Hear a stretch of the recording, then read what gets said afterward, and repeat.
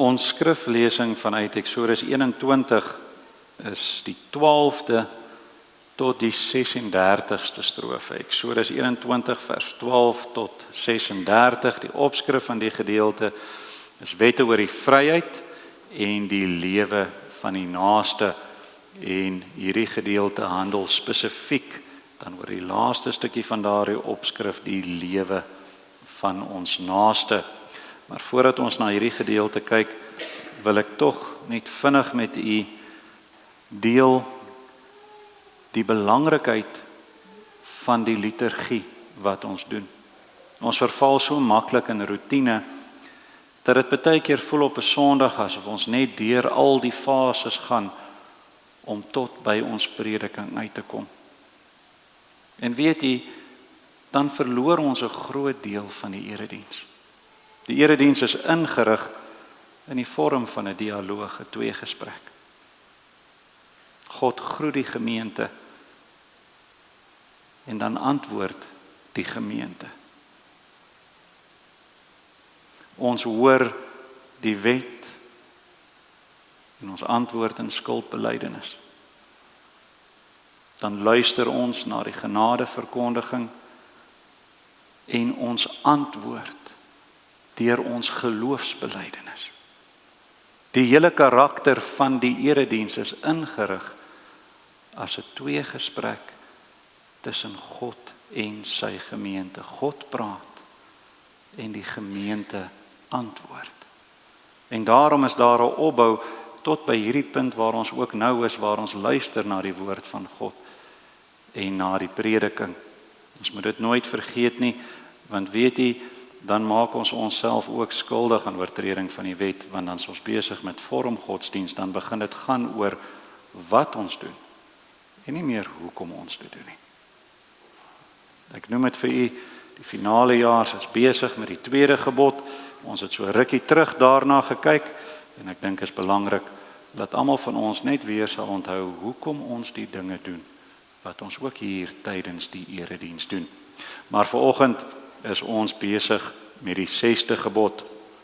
En voordat ek daardie gedeelte vir u saamlees, gaan ons nou eers ook antwoord in gebed. Ek gaan vra dat die broer sal opstaan en dan sluit ons almal ons oë en ons buig ons koppe voor ons Here.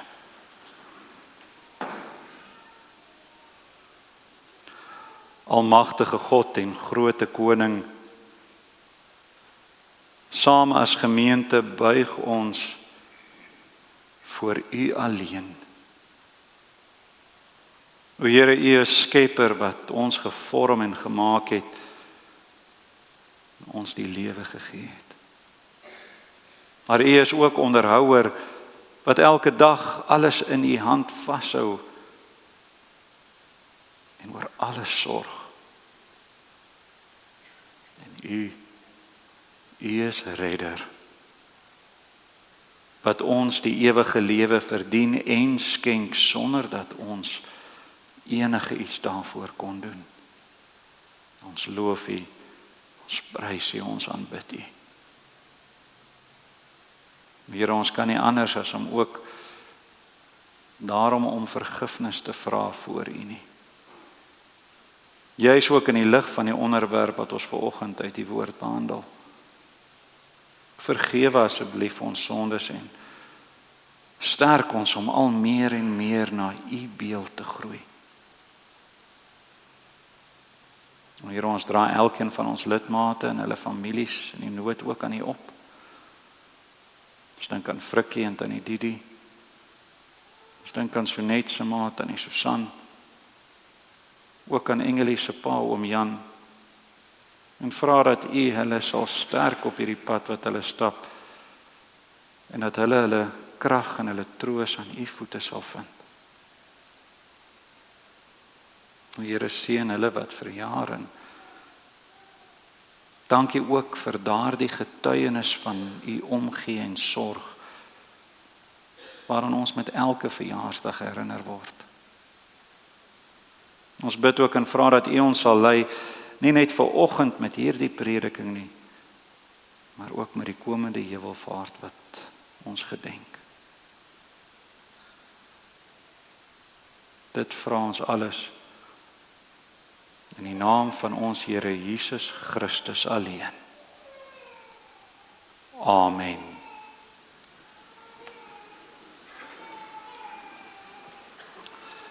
Eksodus 21, ek gaan vir ons lees vanaf vers 12, maar ek wil hê ons moet, wanneer ons dit lees, die 6de gebod ook in gedagte hou.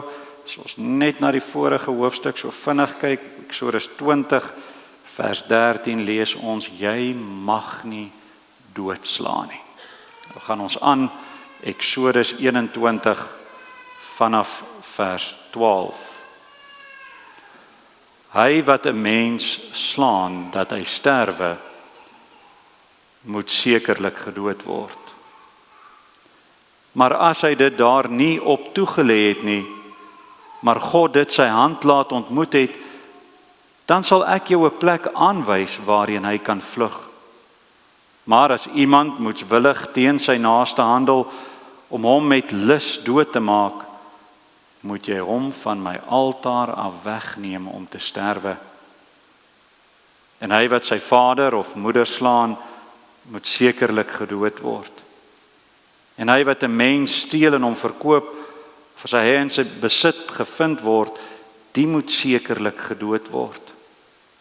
Hy wat sy vader of moeder vloek, moet sekerlik gedood word. En as manne twis en die een die ander slaan met 'n klip of met die vuis, sodat hy nie sterwe nie, maar bedlêend word, as hy weer opstaan en buite met sy stok rondloop, moet hy wat geslaan het ongestraf bly. Net sy tyd verlies, moet hy vergoed en sorg dat hy heeltemal gesond word. En as iemand sy slaaf of slavin met 'n stok slaan, dat die onder sy hand sterwe, moet dit sekerlik gewreek word. Maar as hy na 1 of 2 dae nog lewe, moet dit nie gewreek word nie, want hy is sy eiendom. En as manne met mekaar veg en 'n swanger vrou so stamp dat haar vrug afgaan, maar daar geen ander letsel is nie, moet hy sekerlik boete betaal, soos die man van die vrou hom dit oplê, en hy moet dit deur skeidsregters gee. Maar as daar 'n letsel, dan moet jy gee lewe vir lewe, oog vir oog, tand vir tand, hand vir hand, voet vir voet, brandplek vir brandplek, wond vir wond, kwesplek vir kwesplek. En as iemand sy slaaf of slavin op die oog slaan en hy dit beskadig, moet hy hom vry laat weggaan vir sy oog. En as hy die tand van sy slaaf of die tand van sy slavin uitslaan, moet hy hom vry laat weggaan vir sy tand. En as 'n bees 'n man of 'n vrou stoot sodat hy sterwe, moet die bees sekerlik gestenig word en sy vleis mag nie geëet word nie, maar die baas van die bees sal ongestraf bly. Maar as die bees tevore al stoterig gewees het en sy baas gewaarsku was, maar dit nie opgepas het nie, en dit 'n man of 'n vrou doodmaak, moet die bees gestenig word en sy baas moet ook gedood word. As aan hom losgeld opgelê word, moet hy vir die lossing van sy lewe alles gee wat hom opgelê word. Of dit 'n seun gestoot het of 'n dogter, volgens hierdie reg moet met hom gehandel word. As die bees 'n slaaf of 'n slavin stoot, moet hy aan hulle heer 30 sikkel silwer gee en die bees moet gestenig word. En as iemand 'n put oopmaak of as iemand 'n put grawe en dit nie toemaak nie, en 'n bees of esel val daarin, moet die eienaar van die put vergoeding gee. Hy moet aan die eienaar van die dier geld gee, maar die dooie dier moet syne wees. As iemand se bees die bees van 'n ander stoot sodat dit sterwe, moet hulle die lewendige bees verkoop en die geld daarvan verdeel, en die dooie een moet hulle ook verdeel. Of as dit bekend was dat die bees tevore al stoterig gewees het en sy baas dit nie opgepas het nie, moet hy ten volle bees vir bees vergoed, maar die dooie een moet syne wees. Ons lees vanoggend net tot sover. Ek herhaal verse 28 en 29, en as 'n bees 'n man of 'n vrou stoot sodat hy sterwe, moet die bees sekerlik gestenig word en sy vleis mag nie geëet word nie, maar die baas van die bees sal ongestraf bly. Maar as die bees tevore al stoterig gewees het en sy baas gewaarsku was, maar dit nie opgepas het nie, en dit 'n man of 'n vrou doodmaak, moet die bees gestenig word en sy baas moet ook gedood word. Ons lees dit, en jy kan gerus ook later weer gaan kyk na die latere verse van vers 33 af, wat handel rondom die put wat gegrawe is. Eksodus 20 vers 13, jy mag nie doodslaan nie. Klink soos 'n eenvoudige gebod, maar weer eens 'n gebod met 'n diep beginsel. En in die woord van die Here is daar baie geskryf oor die beginsel van hierdie gebod. Die eerste keer dat ons waarlik daarmee te doen kry, is die geskiedenis van Kain en Abel in Genesis 4. Maar dan vind ons ook in hierdie gedeelte wat ons saam gelees het in Eksodus 21 'n mooi verduideliking wat ons 'n dieper insig gee oor wat alles in hierdie gebod omskryf word. Ons kan dit ook lees in Deuteronomium 19 vers 21. Matteus 5, die saligsprekinge, behandel Christus ook 'n gedeelte oor die lewe. En vermaan hy ons wat die vervulling van hierdie gebod alles behels. En naam skryf Paulus in Romeine 5 aan wie die oordeel toekom wanneer daar oor lewe gehandel word. In ons teksgedeelte het ons hierdie gedeelte gelees, of het ons die gedeelte ook gelees wat handel oor iemand wat 'n ander slaan, en daar baie duidelik vir ons gesê word, hy wat 'n mens slaan dat hy sterwe, moet sekerlik gedood word. Maar as hy dit daar nie toe of nie op toegelê het nie, met ander woorde, as dit nie opsetlik was nie, dan sal God 'n plek aanwys waarheen hy kan vlug. Maar as dit moetswillig was, moet hy sterwe. Die heel eerste moord, dit het ons nou na verwys, vind ons reeds in die 4de hoofstuk van die Bybel. En om te verstaan hoe erg die impak van die sonde op die mens was, kan ons dit ook insien as in die eerste generasie mense op hierdie wêreld. Die eerste generasie mense was daar al reeds moord onder broers. Ons lees in verse 3 tot 5 van Genesis 4, na verloop van tyd het Kain van die vrugte van die land aan die Here 'n offer gebring. Abel het ook van die eersgeborenes van sy kleinvee gebring, naamlik van hulle vet. En die Here het Abel en sy offer genadig aangesien, maar Kain en sy offer nie aangesien nie. Toe word Kain baie kwaad en hy het sy hoof laat hang. Kain het vir sy broer kwaad geword. Dit was nie Abel se skuld dat Kain se offer nie aanvaar is nie. Dit was nie Abel wat Kain te nagekom het deur iets wat hy gedoen het nie. So Kain het geen gronde gehad om Abel kwaadlik te neem vir die omstandighede waarin hy homself bevind het in Genesis 4 nie. Niks het die gesindheid wat hy daar geopenbaar het regverdig nie. Maar soos ons lees, Kain was kwaad. Nou as ons gaan kyk na die verskil in gesindheid tussen die twee broers, dan sien ons dit was 'n verskil in gesindheid teenoor die Here.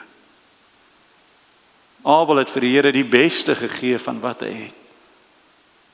Kain sommer maar net nog iets. Hy het van sy vrugte gegee om God op so 'n wyse te probeer gelukkig hou. Was nie van die beste wat hy gehad het nie. Was nie van die eerste van die oes nie. En daarom sien ons, dit was nie in opregte dankbaarheid nie. Jy kan jou amper indink dat Kain gevoel het, dalk vir homself gesê het, laat ek dit tog maar net doen en klaar kry. Kain se gesindheid, sy ingesteldheid, was verkeerd teenoor die Here. En ons sien in Genesis 4 hoe hierdie ingesteldheid oorgespoel het na 'n verkeerde gesindheid teenoor sy broer, teenoor Abel. En ons lees ook, God het hom voor die moord genader in verse 6 en 7 en hy het hom gewaarsku. God het hom probeer aanspoor en gesê, moenie dat die sonde oor jou heers nie. Op die einde van die dag het hy nog steeds sy broer se lewe geneem. Nou dit was natuurlik 'n oortreding van die beginsel van die 6de gebod. Presies net soos wat God dit later ook aan Moses in die wet die volk deurgegee het, wat ons saam gelees het. Maar dit stop nie daar nie. Vir ons is dit baie maklik om onsself aan hierdie gebeure te meet in Genesis 4 en te sê, ek het nog nooit iemand doodgeslaan nie. Ek is ook nie van plan om moord te pleeg nie. So ek hoef nie bekommerd te wees oor die oortreding van hierdie wet nie. Nee wat, 6de gebod is maklik. Maar is dit regtig die geval? Hoor wat leer Christus ons in Matteus 5 vers 21 en 22. Julle het gehoor dat aan die mense van die ou tyd gesê is, jy mag nie doodslaan nie. Maar elkeen wat doodslaan moet verantwoording doen voor die reg. Ek sê vir julle dat elkeen wat vir sy broeder sonder rede kwaad is, verantwoording moet doen voor die reg. En elkeen wat vir sy broeder sê raka, moet verantwoording doen voor die groot raad. En elkeen wat sê jou dwaas, moet verantwoording doen in die helse vuur.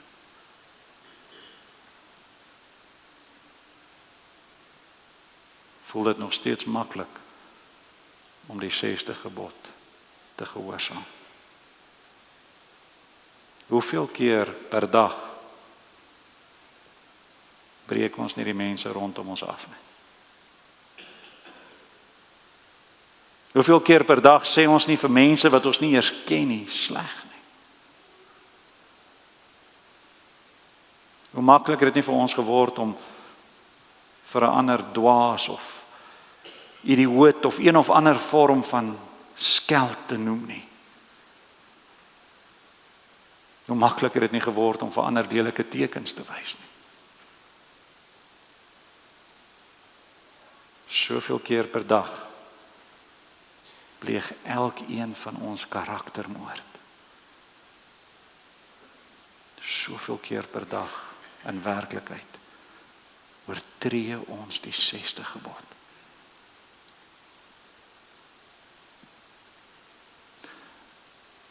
Deel van Kain en Abel se geskiedenis wys ons daarop dat die 6de gebod of die beginsel daarvan nie net vereis dat ons nie 'n lewe moet neem nie, maar dat ons ook verantwoordelik is om die lewe van onsself en ons naaste te beskerm. Kain was veronderstel om sy broer se lewe te beskerm. Ons teksverse wys ons ook daarop, as 'n bees 'n man of 'n vrou stoot sodat hy sterwe, dan moet die bees sekerlik gestenig word. Maar as die bees tevore al stoterig gewees het en sy baas gewaarsku was, moet sy baas ook gedood word. So wat is die beginsel hier ter sprake? Ek moet op so 'n verantwoordelike wyse optree dat ek nie roekeloos sal wees met 'n ander se lewe nie. Ek mag nie kanse vat met 'n ander of met my eie lewe nie. Ek mag nie opsetlik goed doen wat 'n ander se lewe in gevaar stel nie.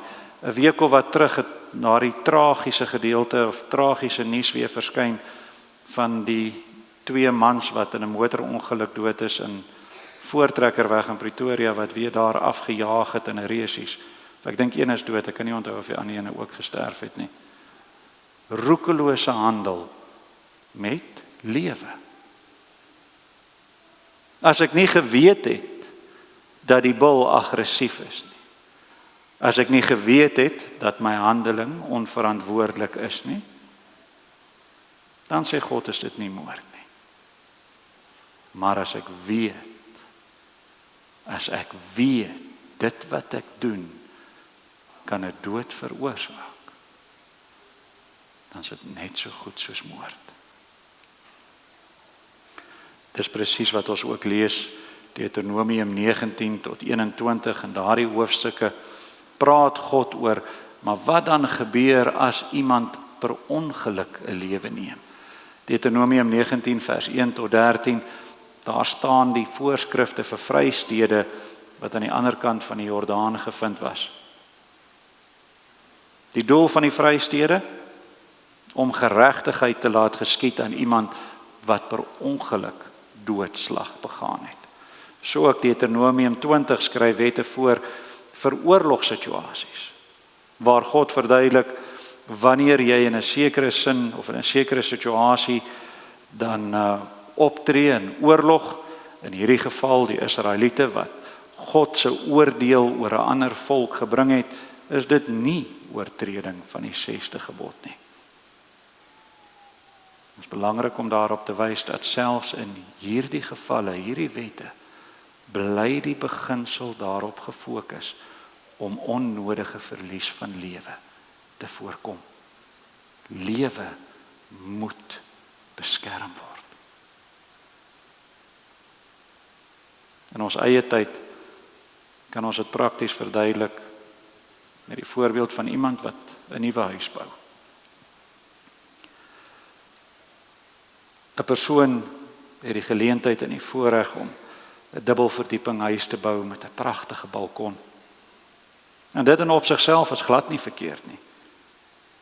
Maar wat eis die 6de gebod daar rondom?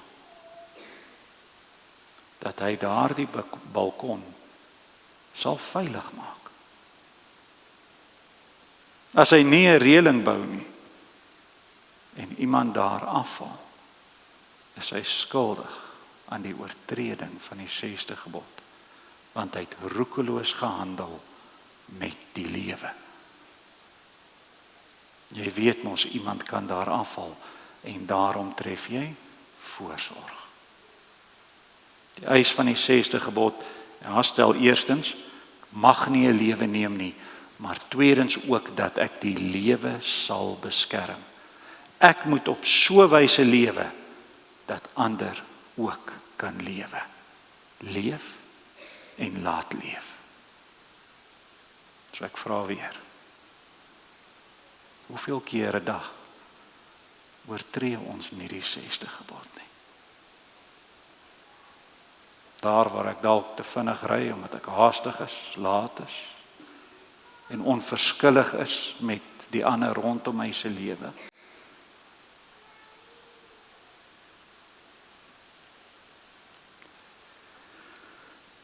Nou die rede vir die beginsels rondom die 6de gebod is daar gestel omdat ons moet erken die lewe nie aan ons behoort nie. Lewe behoort aan die Here. Hy is die skepper van alle dinge. En aan alles wat lewe, het hy alleen asem gegee.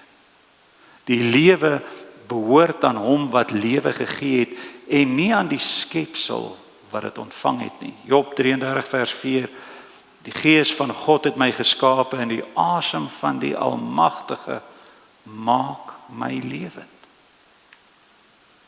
Jesaja 42 vers 5, So sê God die Here wat die hemele geskaap het en hulle uitgesprei het, die aarde uitgespan het saam met wat daaruit voortkom, wat aan die aardbewoners die asem gee en die gees aan wie daarop wandel.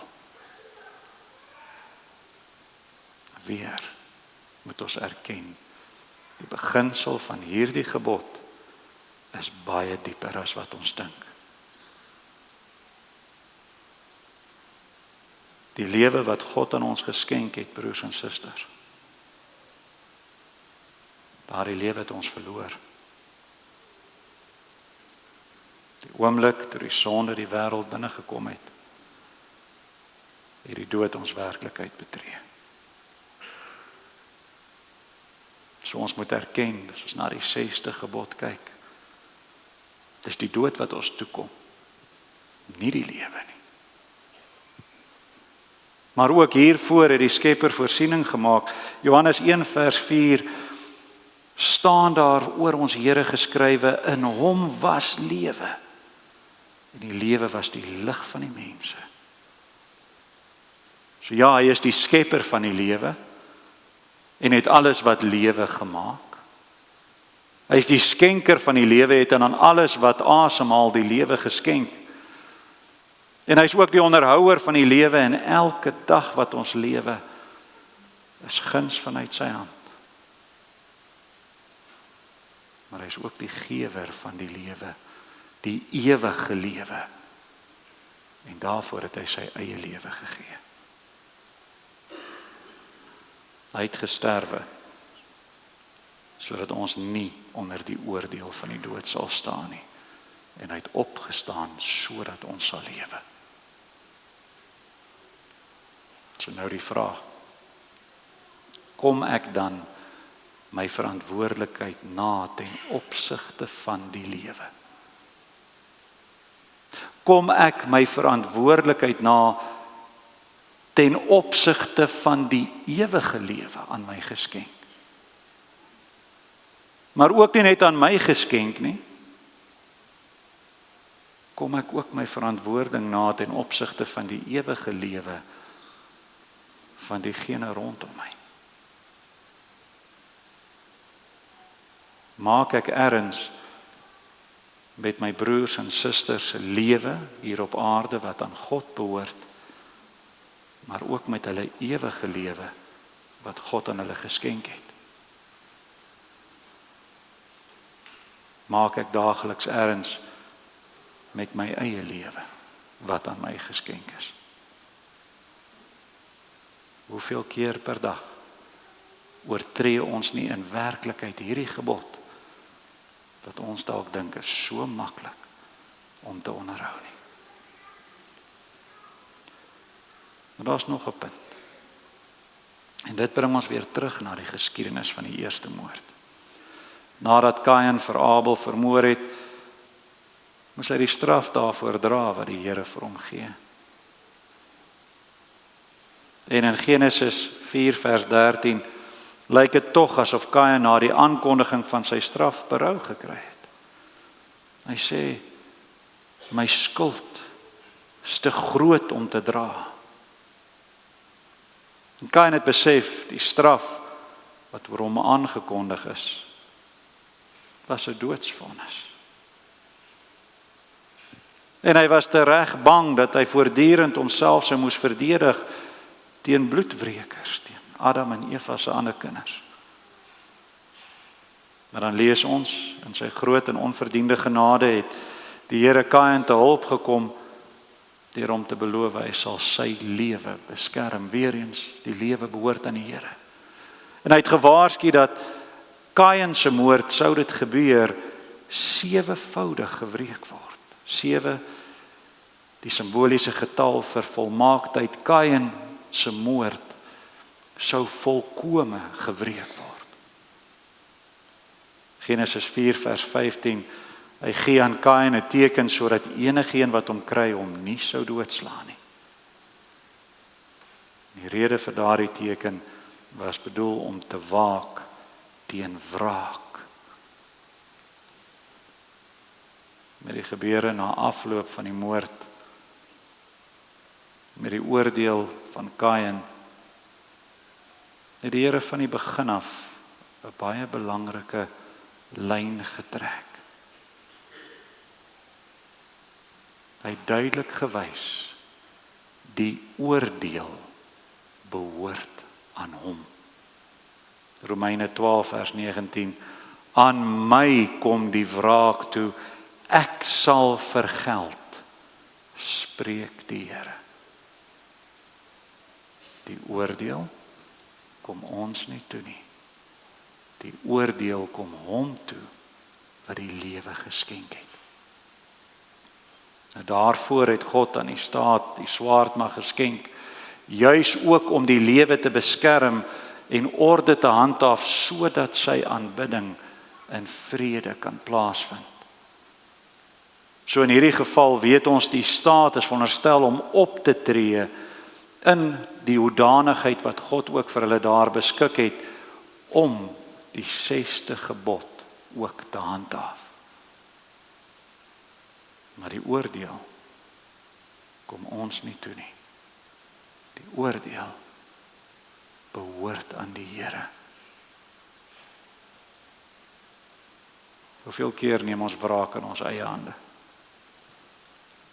Hoeveel keer maak ons 'n ander een seer omdat hulle ons seer gemaak het?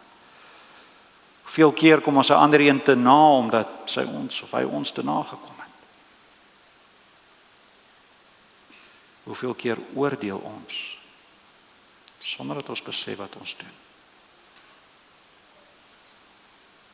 Hoeveel keer per dag oortree ons nie in werklikheid die 6de gebod nie?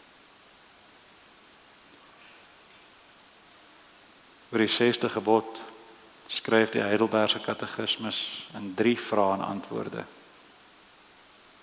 Wat eis God in die 6de gebod?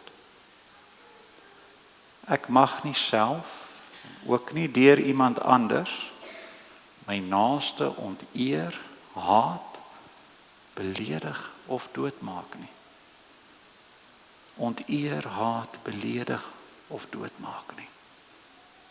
Ek mag dit nie met my gedagtes, met my woorde of met my gebare doen nie, en nog minder met die daad. Nie gedagtes nie, nie woorde nie, nie gebare nie, beslis ook nie met die daad nie. Ek moet alle wraaksug laat vaar. Ek mag ook myself nie kwaad aandoen of moedswillig in gevaar begewe nie. Daarom dra die owerheid die swaard om doodslag te weer. Die swaardmag. Praat hierdie gebod net van doodmaak? Deur doodmaak te verbied, leer God ons dat hy die wortel daarvan, soos afguns, haat, woede, wraaklus, verafskie. Dit alles is vir hom heimlike moord. Dit alles is voor God dieselfde. Woede, wraaklus, verafskiewing. Het ons die gebod gehoorsaam as ons maar net nie ons naaste doodmaak nie, soos hierbo gesê is? Nee. Terwyl God afguns, haat en woede verbied, gebied hy dat ons ons naaste moet lief hê soos onsself. Ons moet teenoor hom geduldig, vredelievend, sagmoedig, barmhartig en vriendelik wees. Alles wat hom kan benadeel, so ver moontlik probeer voorkom en selfs aan ons vyande goed doen. Die lewe behoort nie aan ons nie. En wraak kom ons nie toe nie. As ons waarlik Christus se liefde leer ken het, is gehoorsaamheid aan hierdie gebod veronderstel om kenmerkend te wees aan ons lewe. As ons waarlik ons naaste liefhet soos onsself, sal ons moeite doen om hierdie gebod te bewaar.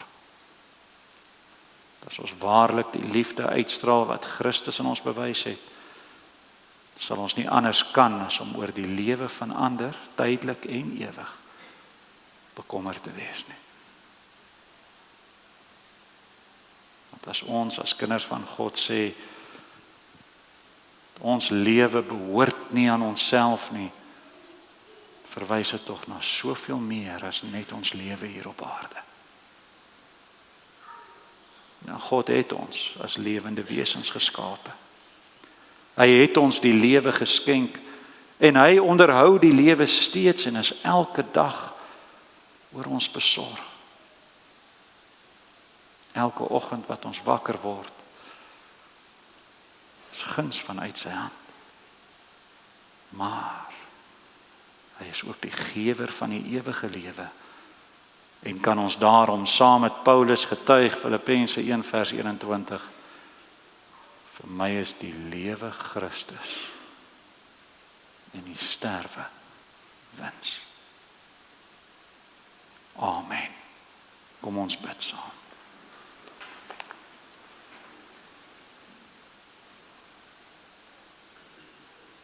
Almagtige, ewige en enige God. Here, ons loof en prys U as Skepper. U wat alles wat leef gemaak het. Ons loof en prys U as skenker van die lewe wat aan elke lewende wese hier op aarde lewe geskenk het. Ons eer U as onderhouer van die lewe wat ons die dae van ons lewe hier beskerm. Maar ons dank U ook as gewer van die ewige lewe wat U lewe gegee het sodat ons kan lewe. Here, ons weet deur die genade, die lewe behoort nie aan ons nie. Dit behoort aan U. En daarom ook die oordeel behoort aan U. Ons bid en vra dat U ons sal leer en sal lei, dat ons lewens dit sal weerspieël in liefde. Liefde tot U en liefde tot ons naaste.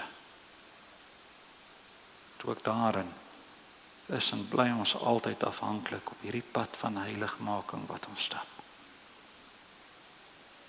Here, aan U alleen kom toe die lof, die heerlikheid tot in ewigheid.